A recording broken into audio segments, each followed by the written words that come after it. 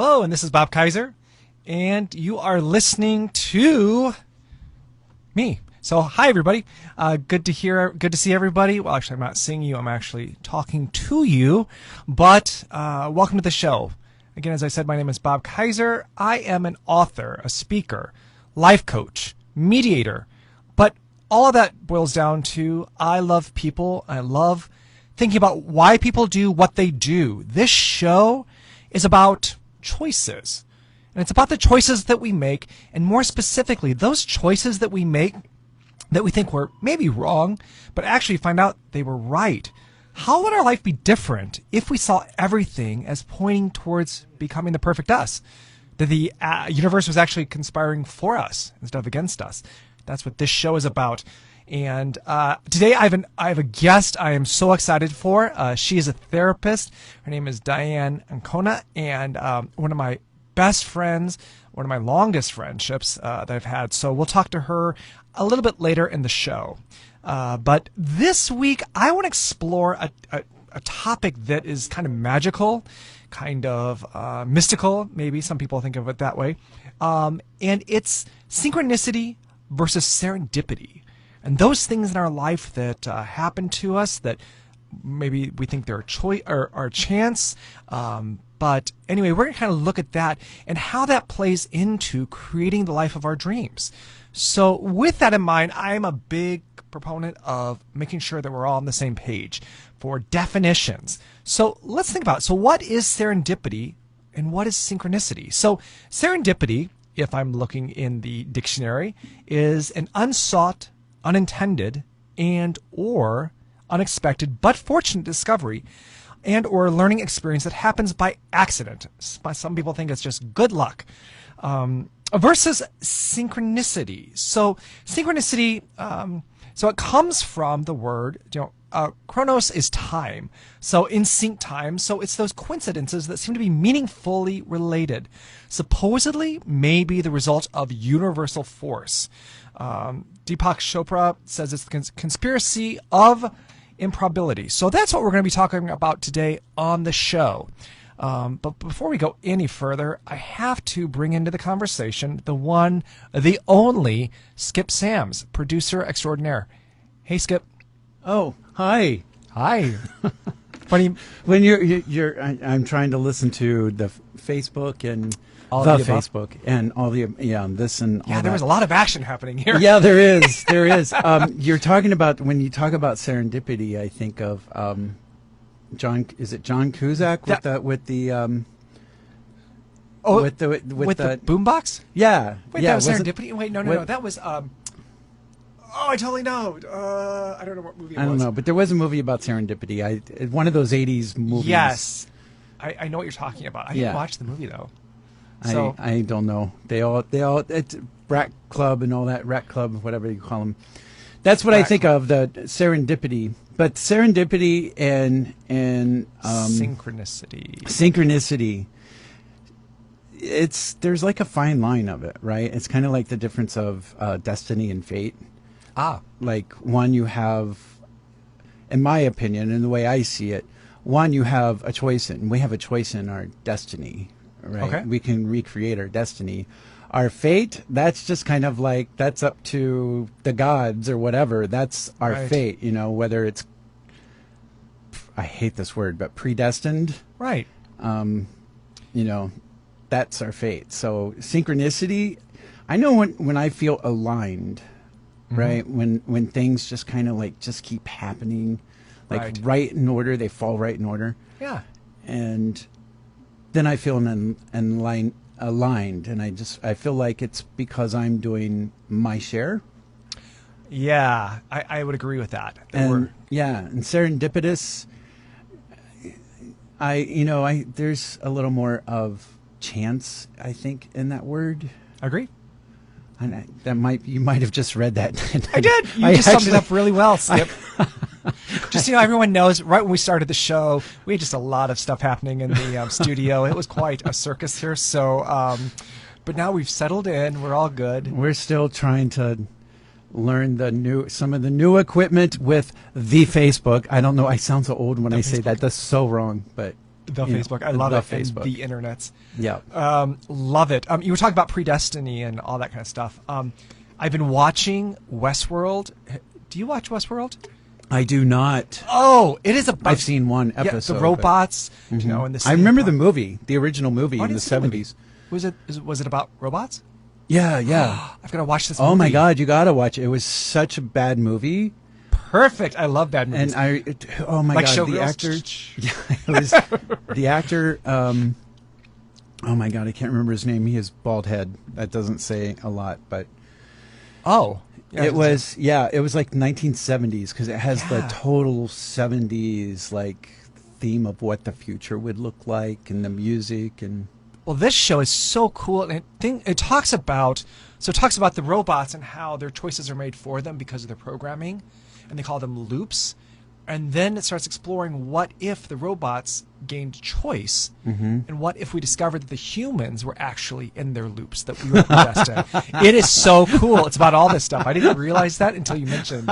Yeah, so that's another show. I really love Westworld. I've not found one person. We are in loops, though. Yeah, I'm trying to work out of loops. Well, some of us are. Loops and you know, they change. I mean, you know, you're in a loop and it's like you keep learning the lesson over and over. But then sometimes it's like, okay, I learned the lesson. Now I need to experience differently so I can apply those lessons. And we get to are we going to choose the same thing? What is it? The same choice, same action, expecting different results? Insanity. Yeah. Yeah. But that was the most insane laugh too. What the? I can't wait to talk to our guest, Dianne, about loops and getting out of that thinking, that frame of mind. But I think that I want to talk about. So I was thinking about synchronicity, versus serendipity, and I was thinking in my own life, serendipity for me. I was on this cruise ship one time, and I'd never played bingo. I'd seen all the bingo games. I was like, those look so stupid. And one day, I just for some reason decided to play, and you have to play 3 games, and I won the first game. And everyone was so happy for me. They were so excited. Woo-hoo-hoo. And then I won the second game. And people were like, what the? And they weren't actually that nice. People on cruise ships, they're out for blood. Yeah. But anyway, I was thinking serendipity, like I just showed up. It just happened to be at the right place at the right time, and the balls fell in the right place. And there I was, And I don't believe I had much control over it. Though on the bingo card, I did see which numbers were called and pick those out. But for the most part, I feel like it was winning the lottery. I just happened to be in the right place at the right time. Versus synchronicity, I liked what you said. I think it has to do with those moments that fit together. But in that, I think we do need to put a little action to it. So I was thinking about a long time ago when I was in my theater days. I was an actor, and I was changing from being an actor to a director. And I remember going by Navy Pier one day, and I was like, you know what? I would love to direct there. I don't mind acting there first, but I really want to direct at that place. And 4 or 5 days later, I get a call from them saying that they're doing some kind of Halloween thing, and would I want to come in for an audition as an actor? And I was like, well, this is kind of weird. I was just saying this, but sure. And I took my directing resume with me just in case. So I auditioned, and I was an equity actor at that time, and I couldn't do the gig. So I auditioned, but said, yeah, I don't think I can do this because I'm equity. And they said, oh, too bad. But then I said, but as I was walking out, I said, by the way, I'm a director. So here's my directing resume. If you just put it in your pile. I would love to direct for you sometime. You're allowed to direct as an equity actor. Yes, okay. I can direct. Okay. Totally different union. Okay. I was not a part of that union, but yes, equity actors can only perform on equity stages or with an equity contract. But I can direct anywhere. Good clarification. So that was on a Friday. No, I'm sorry. That was on a Wednesday. On Friday, I get a call from Navy Pier. And Denise McGowan, who was the director of entertainment at that time, called and said, so you are never going to believe this, but I just had a director quit, and we have a show starting on Monday. Could you start? Oh, my God. And I was like, sure. And that's how I got my gig of directing stage shows in the center part of Navy Pier. I was there for like a year or two. It was a great gig. Dianne, wait. Denise, sorry, I said Diane because that's my friend. Denise McGowan. Denise was telling me later that she thought I had some gull, like giving my directing resume to her during the audition. And a friend who later became a friend of mine, but was with her at the time, Jody Whitlock, said, you know what, Denise? Because she was like, well, who would just give their directing resume? And Jody's like, you know, just keep it. You never know when we might need it. So if all those things had not been put together, I would never have directed at Navy Pier. And I felt like that was synchronicity. All those things happening. Yep. But I did put some effort into it. Mm-hmm. And as coaches, people will come to me and working with me, and I think there's this balance of we got to put in the work, but we also have to trust the process. And what is that process? And sometimes that can be synchronicity. Mm-hmm. What are your thoughts? As I'm just like talking a lot.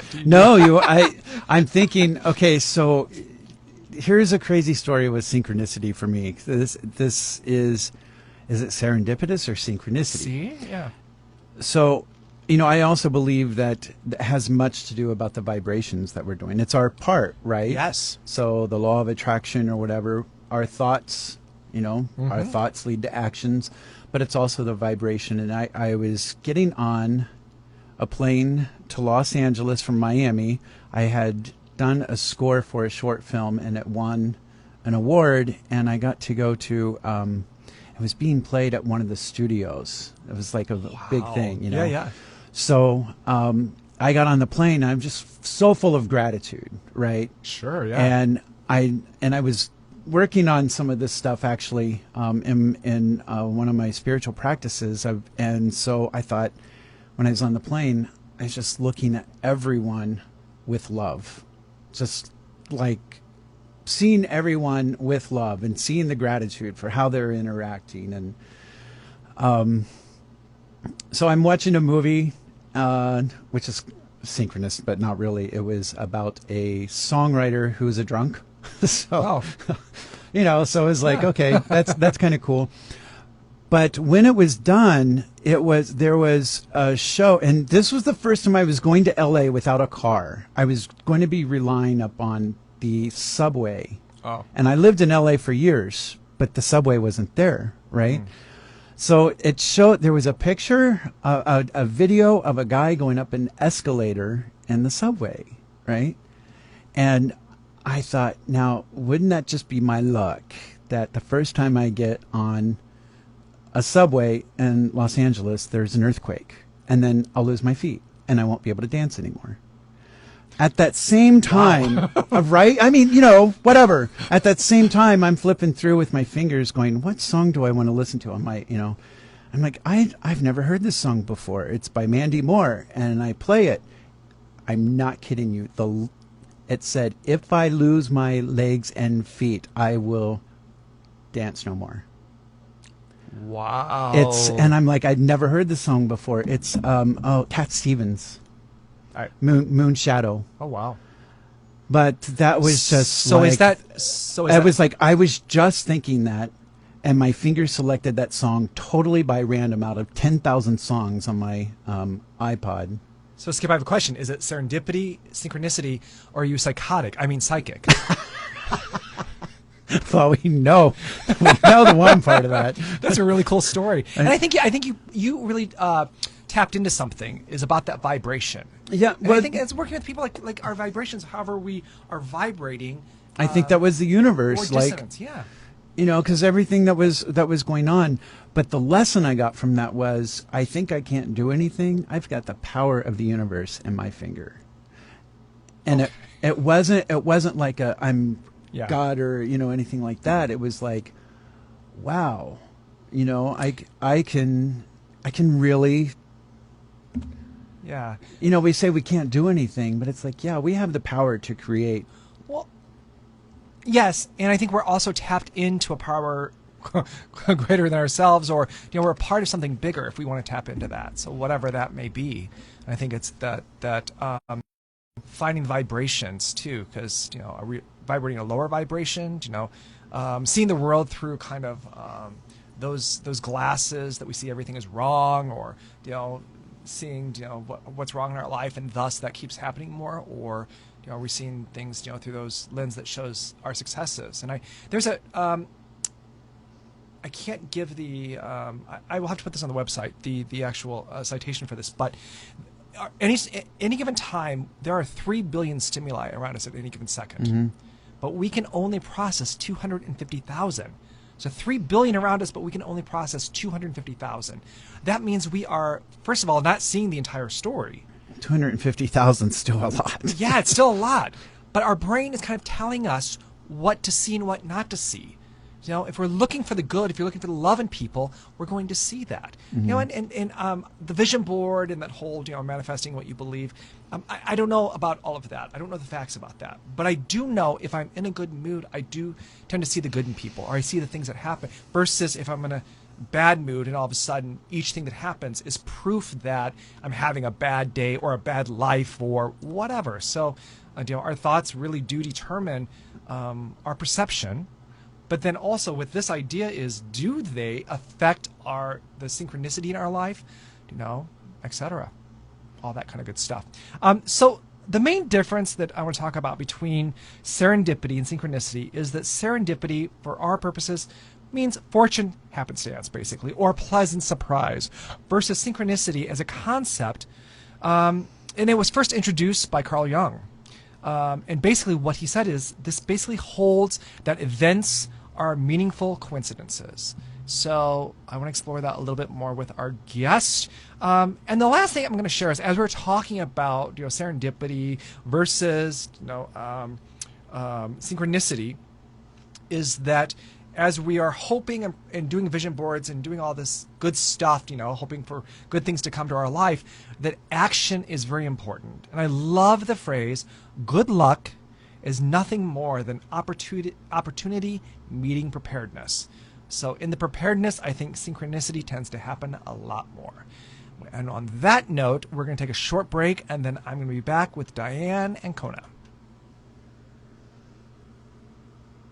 WGHC 98.3 FM. Your voice, your music, your station. Follow us at facebook.com/WGHC 98.3 FM to watch all of our live streams. iPhone users can download our WGHC 98.3 FM app in the App Store. All other users can download the TuneIn Radio app or visit tunein.com. You can also listen by phone. Dial 1-563-999-3221. Visit our website at www.wghcfm.org. WGHC 98.3 FM. Your voice, your music, your station. Follow us at facebook.com/WGHC 98.3 FM to watch all of our live streams. iPhone users can download our WGHC 98.3 FM app in the App Store. All other users can download the TuneIn Radio app or visit tunein.com. You can also listen by phone. Dial 1-563-999-3221. Visit our website at www.wghcfm.org. I can hear it. Yep, you're on. We're back. Hi, everybody. It's Bob Kiser back, and we're going to be speaking with my guest. So, Dianne, first of all, I want to make sure that you can hear us, because this is the first time I've ever done a interview with the telephone. So anyone who's listening, there she is. There she is. I can hear you. Okay, so no. Now I have to introduce you, so be quiet. Okay. So Dianne, be nice. Oh, I adore her. You have no idea how much I love this woman. So Dianne Ancona. So let me be really proper with this first of all. Dianne is a clinical psychologist and therapist in California. And actually, she has her master's in clinical psychology. I have known her for over 30 years. We went to Illinois State University together. Shh, I'm still introducing you. So, 30 years. Oh, she'll talk in a second. We have done so many things together. We've been through so many journeys. Talk about synchronicity and serendipity. She is the queen of it. But I'm not going to say too much more, because you'll hear our full story as we get into our discussion. I will say before, because I'm really proud of her, is that before she became a therapist, she is. So you were, but you are an Emmy award-winning TV producer. She's also a theater owner and has traveled the world and is just an amazing educator. So without further ado, I welcome Dianne Ancona. Hi. Hi. How are you? I'm good. It's so good to see you. Actually, so everyone knows we're actually watching each other over Zoom as we're doing this interview. So, yeah. So Dianne, welcome to the show. Thanks. I can't believe I let you talk so long without me jumping in. I know. That's really good. See, progress. Talking about getting out of loops. Yeah, I'm kidding. No. So, Dianne, real quick, so tell us a little bit more about yourself. Okay, well, like you said, I got my master's in clinical psychology about 5 years ago after sort of my third career, my third incarnation of a career. And I moved to California from Chicago about 3 years ago, where I am now practicing in a private practice. And I also work for a nonprofit called Kids First. We're the Child Abuse Prevention Council for Placer County, and I do all their events and fundraising and their development. So as one can tell, you are never bored. You are always busy. I am always busy.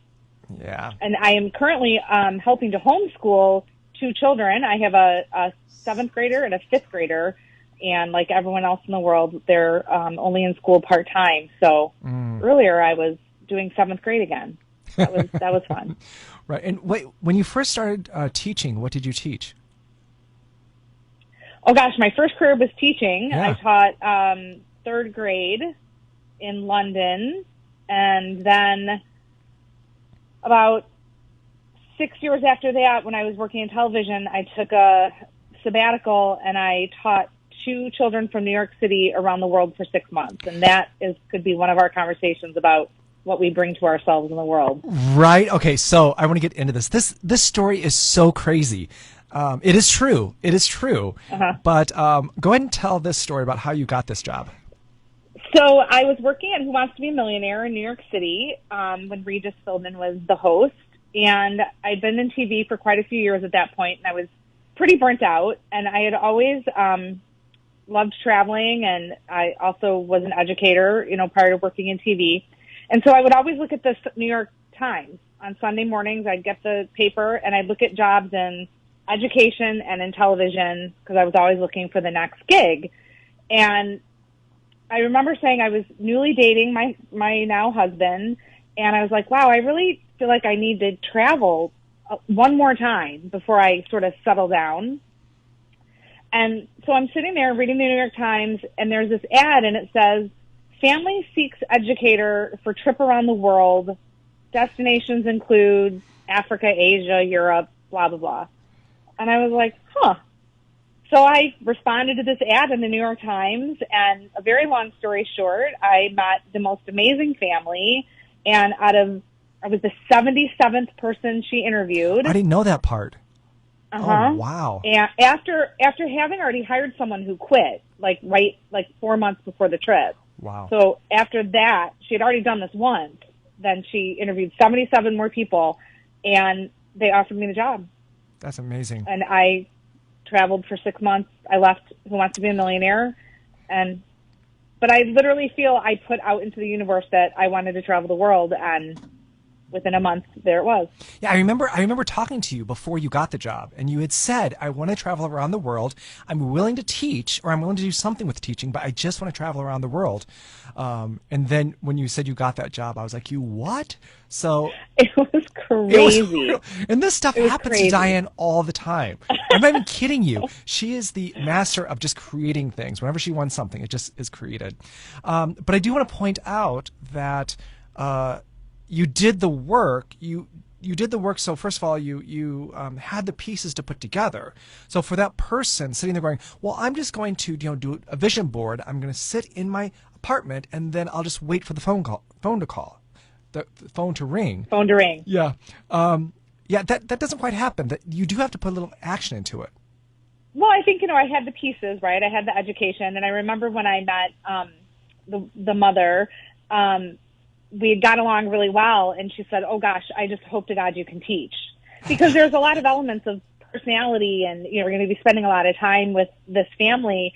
And so I had the education background. So it wasn't like I randomly pulled an ad out of the New York Times and said, I want to produce a record label. it wasn't in my wheelhouse, but education, I was always seeking out things that I had experience with, and it sort of just, all the stars aligned, and then it was really too that I was open to it. I had no idea this family was, very wealthy in New York City, a whole different like class of people, wonderful, amazing, wonderful people, but still had to really go show up and knock on that Park Avenue door and be confident. And so I think it's both the work you put in and then kind of who you are and how you can present yourself and so trust yourself. It's putting the work in, like you said, yes. Looking for those opportunities, but then also saying yes to the opportunities. So I think that those are the things. Absolutely. And I will say, just for everybody listening, I felt really bad when she had to travel first class all around the world. I felt really bad for you, Dianne. You'd be like, I'm on a cruise for 20 weeks to take a break from travel. I was like, what? Okay, it's terrible that I had to travel first class, but the worst part is when I had to start turning right on the airplane again. I could no longer... Right? When I could no longer fly first class, that first trip. I belong there. Yeah. I'm like, wait, I'm not going left? I'm sorry. Because as you know, first class is to the left. And I've heard tell. So let's talk a little bit about, I just have to say, I was thinking about how we met, Dianne, and we were both working on a play in college, and I remember that Pygmalion, thank you. Yes. And I was in the show and I was scared to death of the show. I was a sophomore in a role that was just Anyway, I was so scared of that entire production. But anyway, this woman comes over to me and she looks at me and she goes, I will never forget this. You said, "Are you going to go on stage like that?" And I was like, "What?" And you fixed my costume and you're like, and then you sent me out on stage. I'm like, "Who is this?" But I remember a feeling of like, there's something about her. And then, and then we've had all of these adventures together. We owned a theater company together. Oh my gosh, we've had so many adventures together. I can't believe how long it's been. Yeah. I don't remember saying that, but I do remember. I remember that show. I remember being backstage. Yeah, and then it was just. But I did feel like that was a little serendipity, a little bit, as in running into you. I guess I was doing. I must have. Was I? You were doing set/costume. You were doing sets in my costumes. Sets and only your costume. Well, you're making sure that I was presentable. And many years later, when we were living together, she was like, "You're not going to go out like that, Robert James, are you?" I'm like, "I guess I am." So, yes. Anyway, 30 years later, I'm still trying to make you presentable. Good luck with it. Skip's just laughing. Yeah, I told you the interview's going to be like this. So, I want to talk a little bit about, and we've talked a lot about this actually, but adoption. So I've already said, and I've shared on the show, how I felt like my adoption was very serendipity, and also there's a lot of synchronicity in it, I think, for my parents. And just to remind people, so my mother passed away when I was 3, and my father moved me and my sister to Bloomington Normal, which was about 30 miles away from where we lived. We didn't know anybody in the town. I'm not quite sure why he moved us there. Maybe it was a job. And then, so we were there. I just lost my mother. And then across the hall moved this couple, George and Martha, who lived in Colorado. George was a teacher. He was supposed to move to Texas with Martha. And all of a sudden they did a left turn and moved to Bloomington Normal so that George could take a job.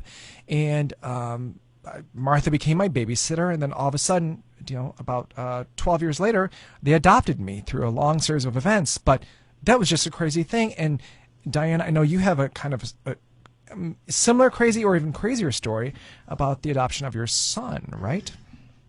I do, yes. So Jackson is my first child, and my husband and we got married a little bit later in life, and we sort of wanted a baby right away. We were ready to start a family. And like many women, I suffered from infertility, and we went through every medical procedure you could imagine. And we did end up getting pregnant a couple times. And interestingly, I think this is a Pregnancy Loss Awareness Month as well. So it's kind of a good conversation to have.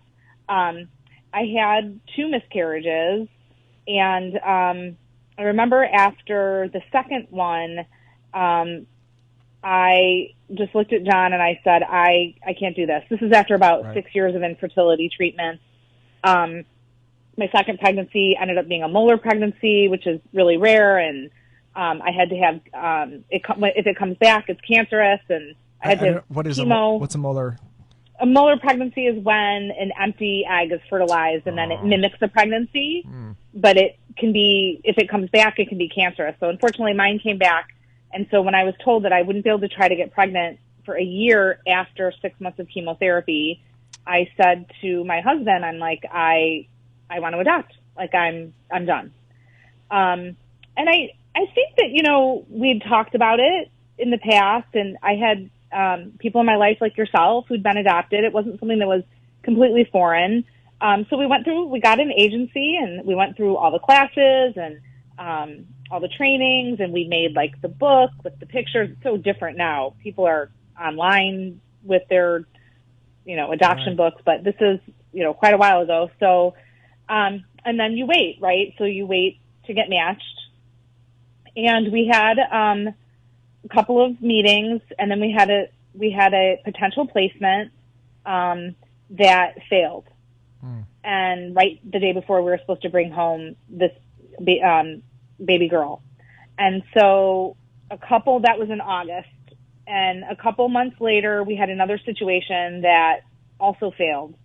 And again, here I was at a point where I'm like, I'm done. Like, I can go back to television. I can be a career. I knew I'd always wanted to be a mom, but you know, it was too much. So I tore down my nursery and I went on vacation. And so you'd had a lot of prep for it before, and you've been thinking about it, and did the nursery. Oh yeah, and, you know, so we were ready. We had the nursery ready. We had baby stuff. Like we were good to go. But I was heartbroken and decided, okay, this is not for me. The universe, like you said, things had come so easy. I was able to kind of put out into the world what I wanted, and for some reason, this just would not come to fruition for me. So off my sister grabs me and we run off to Mexico for a long weekend. And while I'm there, I remember thinking, I got this feeling come over me, and I looked at my sister, I'm like, there's a baby. And she's like, nope, we're not talking about babies. We're done. I'm like, no, there's a baby. So anyway, got home, checked my voicemail from the airplane, and there's a message, and it says, hi, we're calling about the 7-week-old baby boy in Ohio. Give us a call back. So I call my husband, like, freaking out, and then he tells me the story, and this is the part that... This is the crazy part, yeah. Go ahead. This is the crazy part. It's kind of hard to explain, but my best friend and I were doing triathlons together, and she had a friend who was training with a bike trainer, okay? They had met, and this new bike trainer asked this woman for her email address. So she gave it to her.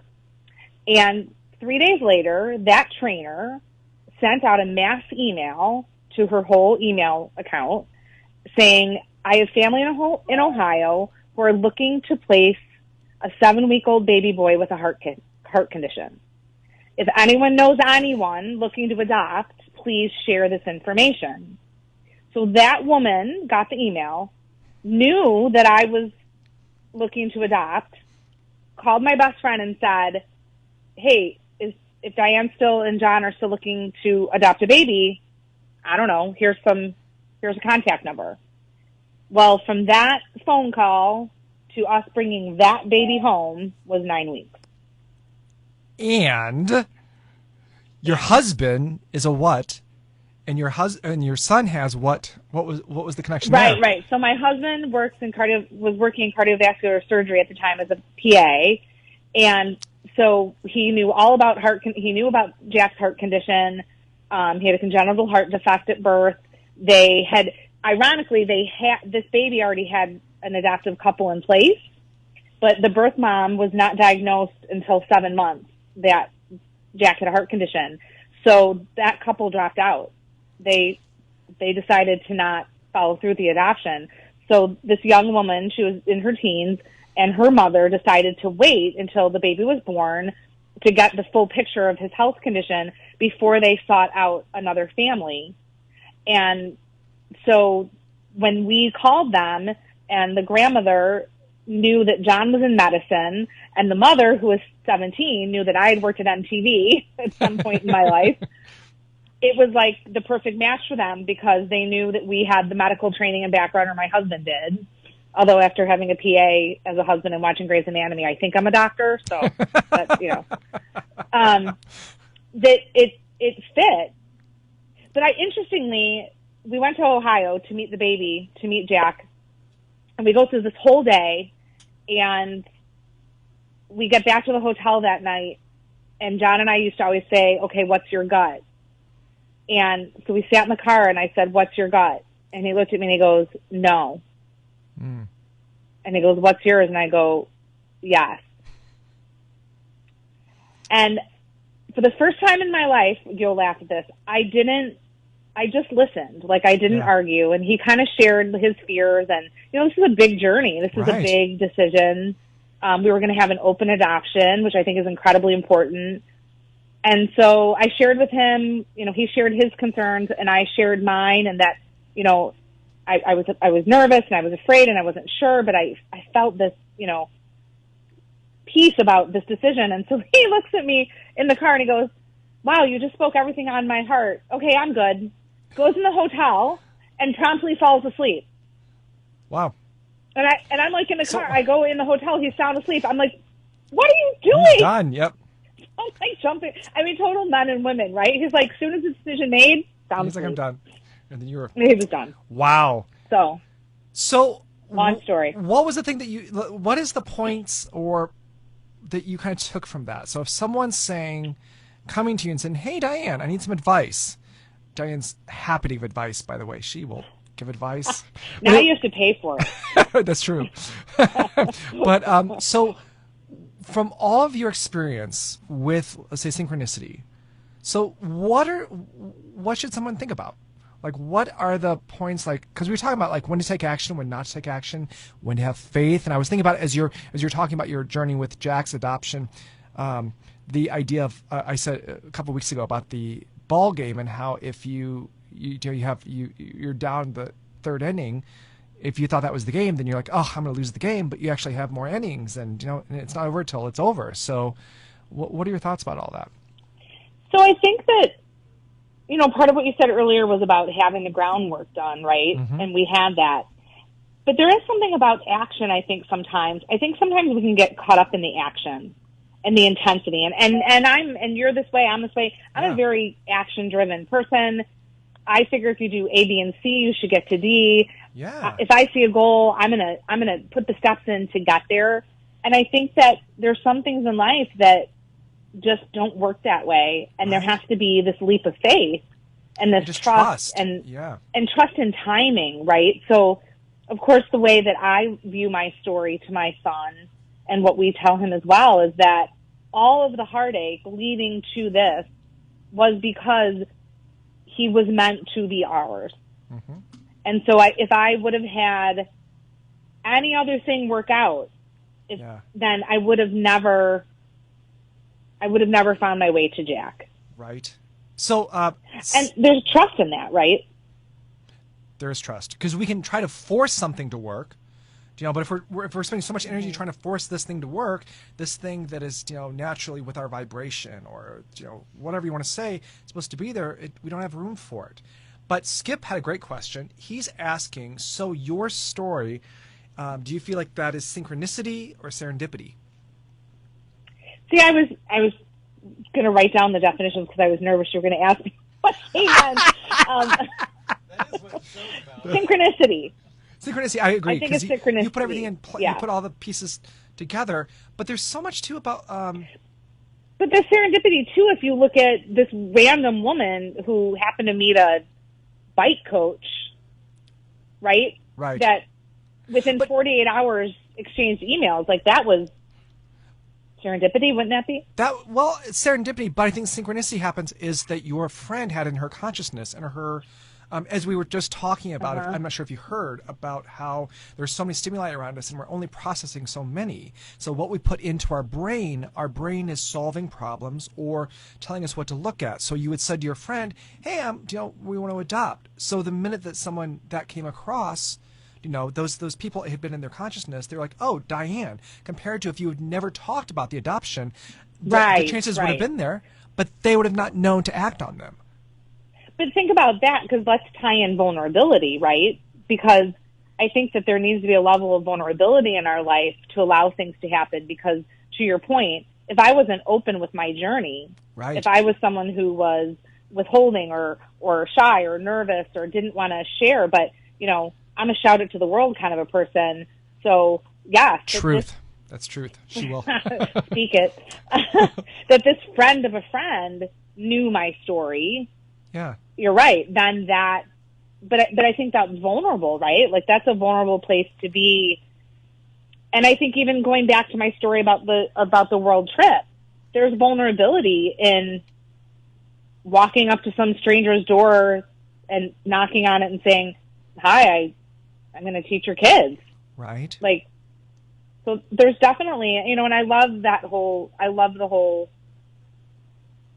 study of vulnerability. Brene Brown does a lot of it. And just sort of that you have to bring, sometimes vulnerability is the hardest thing in the world, but without it, a lot of these things can't or won't occur. Right. Trying to be perfect or trying to make the perfect choices, the perfect, whatever it may be. And the vulnerability is the chance that you might fail. This might not be it, whatever it is.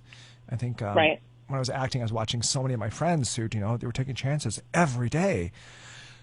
Ooh, that's good. Let's talk about vulnerability. And you're a therapist, so talk to us about in regards to vulnerability. What is maybe healthy vulnerability versus unhealthy vulnerability? Because as a coach, I've had people go, "Well, I'm going to quit my job and I'm just going to dive into that." I'm like, "Whoa, that's might want to keep your day job." But what do you think? So so you're asking more like your example, quit your job, like vulnerability in terms of being open to new experiences or relationships, or which way? Good point. So mine, I think, was I gave a coaching example, but I'm thinking more about emotional. So okay, sorry, emotional vulnerability. She's very popular. I think that I can hear your text. I'm sorry, I don't know how to make things mute. It's okay. Technical difficulties. I think it's my husband yelling at me that I didn't tell him I was on the radio. Oh, hi, John. Hi, John. That's so awesome. John's like, you're what? Like, we're so busted. Okay, what was the question? I went from a therapist's point of view, because people can say, be vulnerable. And so then I've also been in moments where I've been vulnerable in the wrong way. So I want to make sure we have a really good definition of vulnerability in relationship to what we're talking about. And with you talking about your experiences, Brene Brown talks about how she processes things. And there's a layer of the vulnerability and who she allows into her circles as she's processing things.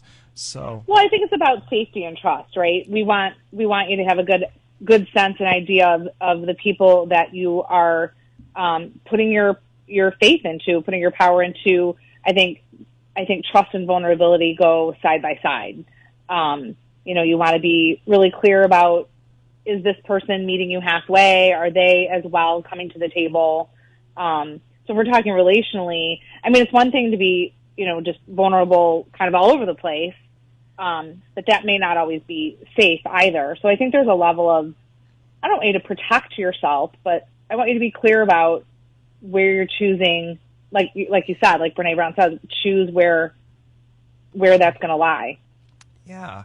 I think also in my own life, I have shared with people. So when I'm working with people that come to me for, especially with new business ideas, is I stress to them, make sure that you have a good understanding or centeredness in your idea before you start sharing it with the world. Share it with one or two people, but as new ideas are growing, that people can, because their own fears or whatever, can squash the ideas, or something you have a really good idea about. Like, I'm excited about, starting this ice cream store. And my mom go, ice cream store? Well, that's just stupid. Boom. Do you know what I mean? Compared to if I share it with you and you're like, tell me more about that. Oh, what about this? What about that? So I think in vulnerability, to your point, in order to maybe engage synchronicity, that there is a level of vulnerability. And as listeners, I want listeners to also think about, though, vulnerability that is part of self-care, not something that's going to hurt the self. So that was my point. Yeah. Yeah, for sure. Right. Keeping yourself safe too. But, even in our story, going to Ohio and meeting this family, there had to be vulnerability. We had to be open to this whole new experience that we really knew nothing about. I mean, obviously we had the training, like you said, we did all the work, but that's the other piece of it, right? You can always do all the work, but until you jump off the cliff, right? You don't know, right? You pack your parachute, you get it all ready to go. Yep. And then you've got to trust it's going to open. It's like the roller coaster. You're looking at the roller coaster and you're like, I bet it's going to be like this. I'm going to be really scared, but until you go over that hill, you will never know that experience. Yep. Would that be a roller coaster at Great America? Oh my gosh! So Can we talk about, is that serendipity or synchronicity? Or is that just you being mad at me? So real quick, a quick story is that when I was in college, I wanted to do a theme park. So Dianne was like, I'll drive up to Great America with you so you can audition. And in the process, we got a flat tire. And then the car was like smoking. Oh, that was it. Sorry. Buick Century. It like overheated. It was like on fire. Yes. And so then I went to the audition because I had to get there or whatever. And then she took care of the car. And she's like, you better get this job. Yeah.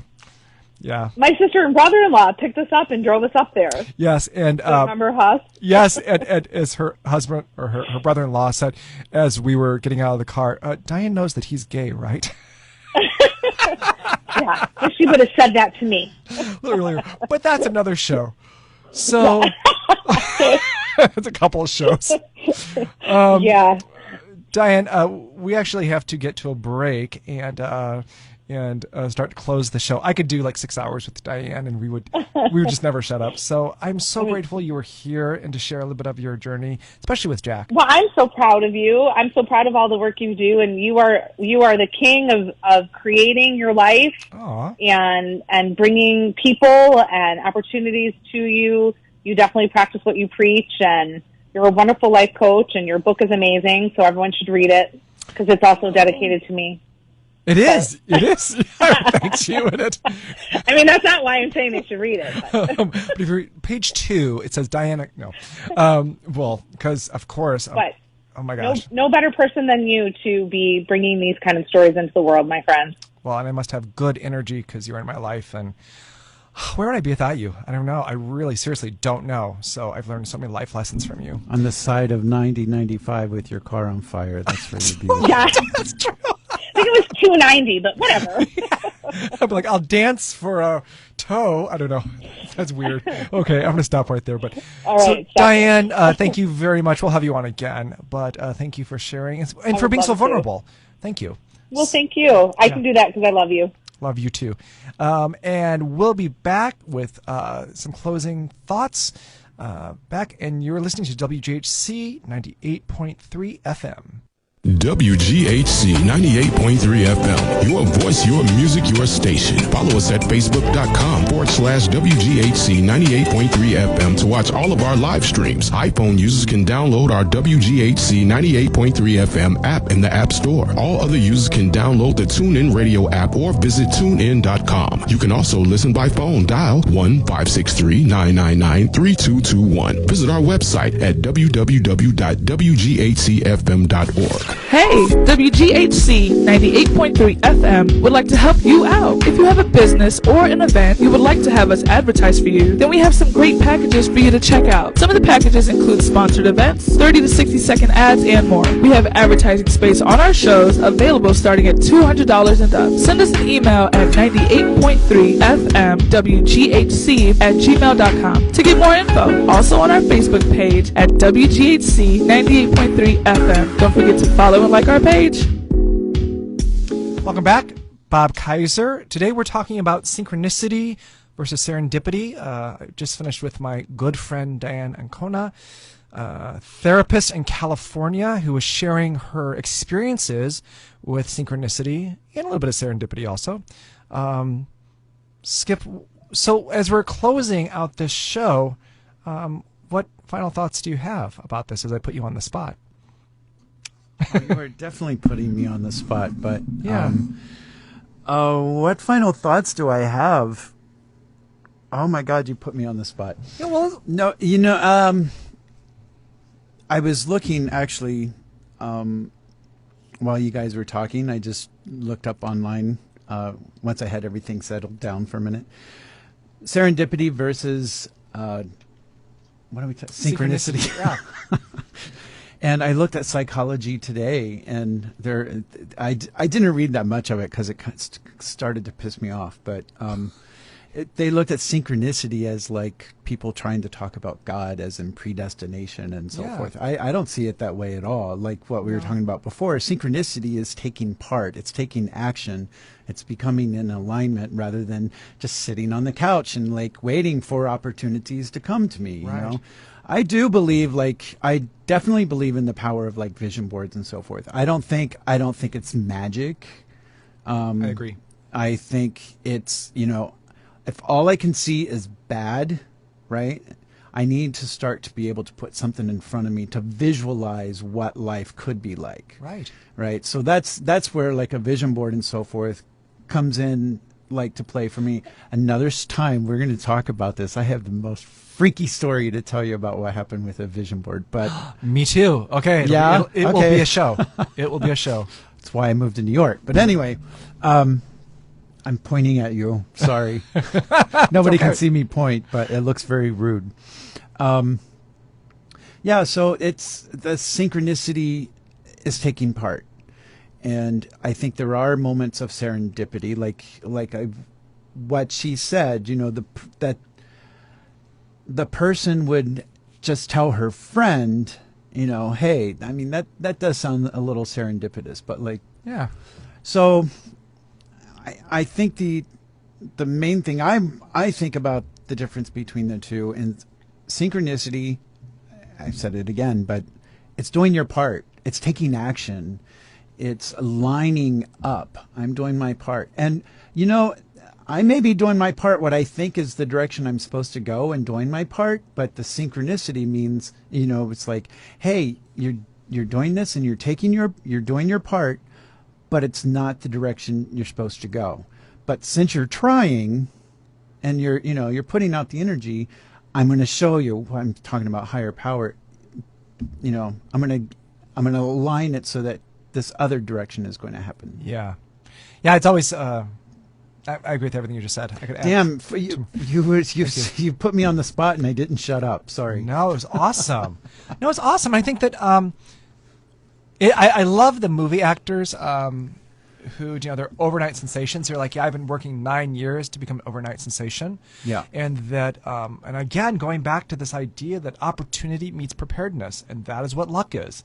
So, and as we're both kind of working with people who want to make better lives for themselves, who want to create this amazing life, that there is, it's what we just talked about, is the putting in the work, getting clear about what you want your life to look like, putting in the work. And I work with people a lot where I'm coaching them, not about the specifics of what they want, but the feeling that they want, and aligning that feeling. And so then when something does come across their path, especially if they've not been thinking about it, I think it sets off their spidey sense or whatever. It's like, wait a minute, I think I need to explore that a little bit more. And it's the openness to that experience. I think that in closing, I would say that synchronicity, when you are experiencing it, you're experiencing, you have to have in your consciousness, you have to kind of be looking for it a lot of the times. And I think that's where the vision board and the vision that we've been talking about, that's kind of where that comes into play. And it also happens with intention. So I think it's setting your intention, and then I think setting the vibration, which we talked about before. And there's been a lot of research done about vibration and how there's vibrations that create dissonance versus, vibration that goes together. And I definitely believe on all that. The last piece we've not really talked about, though, is that detachment from results. So if I'm so determined that I want a red balloon, and that's all I see, if I'm not then anything else I'm not going to even notice. But if I say I want a red balloon, or the feeling that red balloon would give me, or whatever it may be, then I have on my consciousness, I'm open to those other experiences that might play into that synchronicity. So maybe it's not about getting a red balloon, but maybe I need to talk to a man who owns a monkey who has a red balloon. Do you know what I mean? Who knows? I'm just making up stuff here, but there may be several steps. I think a lot of times when I've been going for things. Did I mention monkeys last time? No, I did. I don't know. I have a great story about a monkey too. When I was the flying monkey in the Wizard of Oz. Whoo, that's another story for another time. That was not synchronicity. That was pure hell. But that's another story. So, but I think that, again, being open to having a thought and then being adventurous or being curious about how it's going to manifest. And that may manifest in a way we're not even expecting. And that's where the magic of synchronicity can come into play. So this week, I was talking to Skip this week about the show, and I want to give an assignment each week to the listeners, to you, to think about this week. Pick out some synchronous times in your week. Synchronicity, when things happen that produce this feeling of synchronicity and also serendipity, and to be conscious of it, and then to start thinking about, well, if this happens and I can have a conscious control over my life, then what is it I want to be creating in my life? What is the image I want in my life? What is the feeling I want in my life? And then hand it over, and then have curiosity and be waiting for it just to unfold in front of you. And for me, when I get in that place, I'm like an excited kid on Christmas. How is it going to happen? What's going to happen? I can't wait to see. And that's what I wish for you for this week. So until I talk to you next week, have a great week.